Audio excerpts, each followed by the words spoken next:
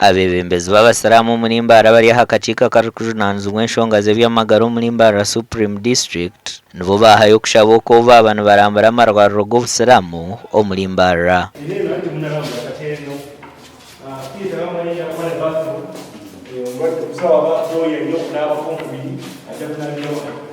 Twetenga ebyoma bya laboratory, twetenga ebya za theater, twetenga ebitande by'omurembe, ntweta munonga abebembezi by'amagara kuruga hansi aba city health officers no kwambuka mpaka mu ministry by'amagara oku nitwe mbwenu okutwijuka bakatuhereza obuyambi.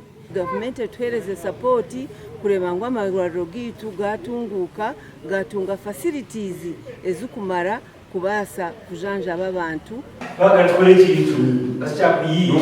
abantu bagira ngo ekigenderire kutungura obuherezo mu marwariro g'obusiramu omu Kyangeki nago gakabaga omutindo nkagandi okugari kubyo ntugeza kuyamba government kuhereza obuherezo bwakubire nubuzo mu marwariro ga government so ntushaba government eyongere kutukwatiraho turebe ngo facilities zitwezi twazemerezaho kandi twazikora zabe zo mutindo kandi ntushaba n'ebitongore bitari government nabo bije bituyambeho kureba ngo ntwikwipinga okureba kutamu ebintu ebikwetagisha mu marwariro tushashure n'abakozi tube twine abakozi abashemerire kandi abari motivated gukora tukubashashura yakantu.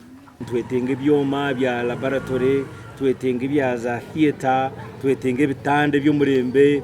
Aba barambara amarwariro nka Mbara Supreme Health Center, Kashenyi Health Center, Nshunjezi hamwe na Nyamitanga Imau. Aha bwa TV West ndi Era Akiza.